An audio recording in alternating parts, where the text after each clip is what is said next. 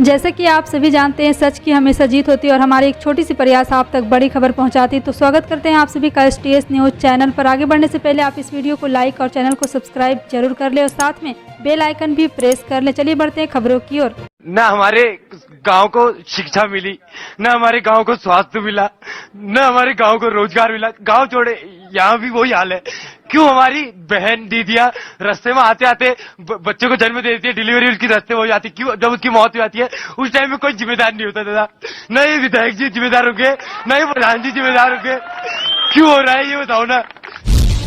राष्ट्रवादी Congress party के विधायक शशिकांत शिंदे सतारा जिला केंद्रीय सहकारी बैंक का चुनाव एक वोट से हार गए। शशिकांत शिंदे के चुनाव हारने के बाद उनके समर्थक नाराज हो गए। नाराज समर्थकों ने वेस्टर्न महाराष्ट्र के सतारा शहर स्थित एनसीपी कार्यालय पर जमकर पत्थर बरसाए। जानकारी के मुताबिक इस चुनाव में शशिकांत शिंदे को दयानंद देव रंजाने ने इस चुनाव में एक वोट से हरा दिया। इस चुनाव का नतीजा मंगलवार को घोषित किया गया। इस घटना के बारे में जानकारी देते हुए सतारा पुलिस अधीक्षक अजय कुमार शिंदे ने कहा है कि शशिकांत शिंदे के 7 से 8 समर्थकों को हिरासत में ले लिया गया है। शशिकांत शिंदे ने कहा है कि मैं यह चुनाव एक वोट से हार गया और इस हार को कबूल करना नहीं चाहिए। मेरे लिए एनसीपी, शरद पवार, अजीत पवार ही सब कुछ है। मेरी हार के पीछे कोई साजिश है और आने वाले दिनों में इस साजिश का पर्दाफाश हो जाएगा। शिंदे ने अपने समर्थकों से हंगामा न करने की भी अपील की है। शशिकांत शिंदे के अलावा इस चुनाव में शिवसेना के नेता और महाराष्ट्र के गृह राज्य मंत्री शंभूराज देसाई को भी हार का मुंह देखना पड़ा।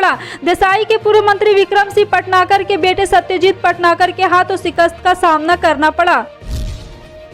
उपचुनाव में मिली हार के बाद हिमाचल प्रदेश में बीजेपी को महत्वपूर्ण कोर ग्रुप और राज्य कार्यकारिणी की बैठक से ठीक एक दिन पहले बड़ा झटका लगा है। हिमाचल भाजपा के उपाध्यक्ष और राज्यसभा के पूर्व सांसद कृपाल परमार ने मंगलवार को पार्टी नेतृत्व को तानाशाही करार देते हुए अपने पद से इस्तीफा दे दिया। राष्ट्रीय भाजपा अध्यक्ष जगत प्रकाश नड्डा के करीबी माने जाने वाले परमार, जिन्हें कांगड़ा के फतेहपुर से विधानसभा उपचुनाव के लिए टिकट से वंचित कर दिया गया था, पिछले महीने कहा था कि उनके जैसे पार्टी के वरिष्ठ नेता वर्तमान व्यवस्था में अपमानित महसूस करते हैं। 24 से 25 नवंबर को यहां होने वाले महत्वपूर्ण कोर ग्रुप और राज्यसभा भाजपा कार्यकारिणी की बैठक से ठीक एक दिन पहले यह इस्तीफा भगवा पार्टी के परेशान करने वाला है। आपको बता दें कि भाजपा विधायक दल की बैठक 26 नवंबर को निर्धारित की गई है। फिल्म अभिनेत्री कंगना रनौत इन दिनों अपने बयानों के लेकर सुर्खियों में है। हाल ही में उन्होंने महात्मा गांधी और स्वतंत्रता आंदोलन को लेकर विवादित बयान दिया था। उन्होंने किसान आंदोलन को लेकर अन्नदाताओं को कथित तौर पर खालिस्तानी करार दिया था। उनके इस बयान का काफी विरोध भी हुआ। अब उनके बयान को लेकर उनके खिलाफ मुंबई में FIR दर्ज कर लिया गया है। इससे पहले सिखों के एक संगठन ने बॉलीवुड अभिनेत्री कंगना रनौत के खिलाफ अपने सोशल मीडिया पोस्ट में सिख समुदाय के खिलाफ अपमानजनक भाषा का इस्तेमाल करने को लेकर FIR दर्ज कराने की मांग करते हुए मुंबई में एक शिकायत दर्ज कराई थी। इन्होंने राष्ट्रपति रामनाथ कोविंद को पत्र लिखकर कंगना को दिया गया पद्मश्री सम्मान वापस लेने का भी आग्रह किया था। कंगना रनौत ने हाल ही में अपने इंस्टा स्टोरी पर 3 पोस्ट किए हैं। कंगना ने पहले पोस्ट में एक ट्वीट को जवाब लिखा, यदि धर्म बुराई पर विजय प्राप्त करता है वह उसे पोषण देता है, यही बुराई धर्म पर विजय प्राप्त करती है तो वह उसे बुराई बन जाती है। गलत का साथ देना आपको भी गलत बता देता है। बता दें कि ट्वीट में PM मोदी के फैसले का समर्थन किया गया था। सुप्रीम कोर्ट ने कानून व्यवस्था को लेकर त्रिपुरा में स्थानीय निकाय चुनाव को टालने से इनकार कर दिया है। आज सुप्रीम कोर्ट ने अहम फैसला सुनाते हुए कहा है कि चुनाव को टालना किसी भी लोकतंत्र में सबसे आखिर का कदम है और हम इसके खिलाफ हैं। अगर हम ऐसा करते हैं तो इससे एक गलत परंपरा की शुरुआत होगी। इसे लेकर TMC ने अदालत में याचिका दाखिल की। TMC की तरफ से पेश अधिवक्ता अमर दवे ने कहा था कि अदालत के 11 नवंबर के आदेश के बावजूद राज्य में स्थिति बिगड़ती जा रही है। उन्होंने कहा है कि कल एक घटना हुई थी, राज्य में स्थिति बहुत अस्थिर है और यह बद से बदतर होती चली जा रही है। और ममता बनर्जी के नेतृत्व वाली पार्टी ने त्रिपुरा में पार्टी नेताओं पर हमलों को लेकर दिन के दौरान केंद्रीय गृह मंत्री अमित शाह से मिलने का समय भी मांगा है। पार्टी सांसद ड्रेक ओब्रायन ने ट्वीट कर इसकी जानकारी दी है। 16 सहयोगी शाह से मिलने दिल्ली पहुंचे। उन्होंने कहा TMC पर क्रूर हमले, यहाँ तक कि मीडिया के सदस्यों ने भी त्रिपुरा में घेराव किया। अभूतपूर्व हमले, झूठे आरोप में गिरफ्तारियां, तृणमूल के 16 सांसद दिल्ली पहुंच चुके हैं। सर कृपया हमें आज सुबह मिलने का समय दे, ऐसा आग्रह किया गया है TMC के द्वारा। उत्तर प्रदेश में कांग्रेस पार्टी की महासचिव प्रियंका गांधी ने अपनी राह खुद चुनी है। चुनाव कैसे लड़ना है, कौन से मुद्दे आगे रहेंगे और लोग अपने परिवार के बीच में कांग्रेस की बात करें, इसके लिए सारी रणनीति प्रियंका स्वयं तैयार कर रही है। जैसे जैसे उत्तर प्रदेश का चुनाव निकट आ रहा है, प्रियंका गांधी पर चुनाव लड़ने का दबाव बढ़ने लगा है। प्रदेश में ऐसे बहुत से नेता और कार्यकर्ता है जिनकी सक्रियता प्रियंका के चुनाव में कूदने पर टिकी है। अगर प्रियंका गांधी चुनाव लड़ने का ऐलान कर देती है तो पार्टी नेताओं के पास मजबूत आधार न होते हुए भी पूरे जोश के साथ चुनाव में उतर जाएंगे। जेएनयू के पूर्व प्रोफेसर और राजनीतिक विशेषज्ञ डॉक्टर आनंद कुमार कहते हैं प्रियंका गांधी का चुनाव में उतरना बहुत जरूरी है। अगर इसके बाद उत्तर प्रदेश के विधानसभा चुनाव में अगर प्रियंका को हार मिली तो इंदिरा गांधी की पौधी का कद चुनाव न लड़ने वालों से कहीं ज्यादा ऊंचा हो जाएगा।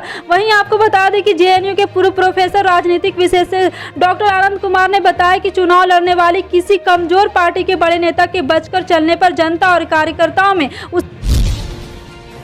उत्तर प्रदेश विधानसभा चुनाव को देखते हुए विपक्ष पर सत्तारूढ़ बीजेपी के हमले तेज हो गए। इस बीच कानपुर में बूथ अध्यक्ष सम्मेलन में दौरान मुख्यमंत्री योगी आदित्यनाथ ने समाजवादी पार्टी के नेताओं के साथ साथ एमआईएम चीफ असदुद्दीन ओवैसी को निशाने पर लिया। योगी आदित्यनाथ ने कहा कि ये सब जानते हैं कि ओवैसी समाजवादी पार्टी का एजेंट बनकर भावनाओं का भड़काने का काम कर रही है। बता दें कि ओवैसी इन दिनों विधानसभा चुनाव के लिए प्रचार में जुटे हैं। उन्होंने हाल ही में बाराबंकी में कहा था, हम मोदी जी और बीजेपी को बताना चाहेंगे कि आपने जिस तरह किसानों के लिए 3 कृषि कानूनों को वापस लिया, हम आपसे मांग करते हैं कि सीए एनआरसी को भी वापस लिया जाए और सीए कानून संविधान के खिलाफ है। मजहब की बुनियाद पर कानून नहीं बनाया जा सकता। अगर वे कानून लागू करेंगे तो हम सड़क पर उतरेंगे और यहाँ एक और शाहीन बाग बनेगा। समाजवादी पार्टी, कांग्रेस और बीएसपी ओवैसी को बीजेपी का एजेंट बताती रही है।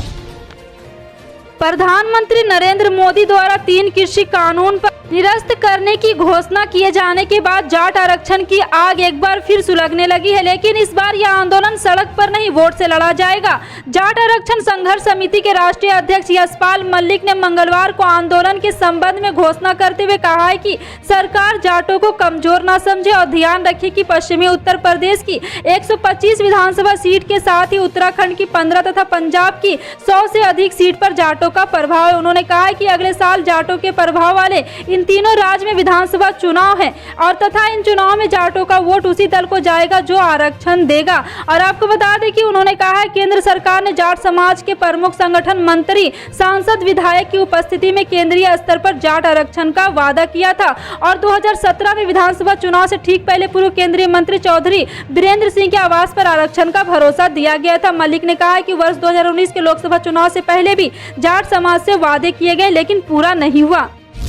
जैसे जैसे उत्तर प्रदेश में विधानसभा चुनाव की सरगर्मियां तेज हो रही, उत्तर प्रदेश इलेक्शन वॉच और एसोसिएशन फॉर डेमोक्रेटिक रिफॉर्म ने नेताओं की संपत्ति, उन पर दर्ज मुकदमे और उनकी शिक्षा का ब्यौरा खंगालना शुरू कर दिया है। लोकतांत्रिक तरीके से चुनाव व्यवस्था और नेताओं पर नजर रखने वाली एडीआर ने उत्तर प्रदेश चुनाव से पहले मौजूदा विधानसभा के विधायकों की पूरी कुंडली सामने रख दी है। 2017 में विधानसभा चुनाव में मौजूदा विधायक ने जो शपथ पत्र दाखिल किए थे, उनके विश्लेषण के बाद एडीआर ने एक रिपोर्ट जारी की है। इस रिपोर्ट के मुताबिक मौजूदा विधानसभा में 35% विधायकों पर आपराधिक मामले दर्ज हैं, जिनमें बीजेपी के सर्वाधिक 106 विधायक शामिल है। इतना ही नहीं, आपराधिक छवि के विधायक के साथ साथ करोड़पति विधायक भी सबसे ज्यादा बीजेपी में है। जी हां, आपको बता दें कि जब से भाजपा की सरकार बनी है, सिर्फ और सिर्फ जनता को लूट रही है भाजपा।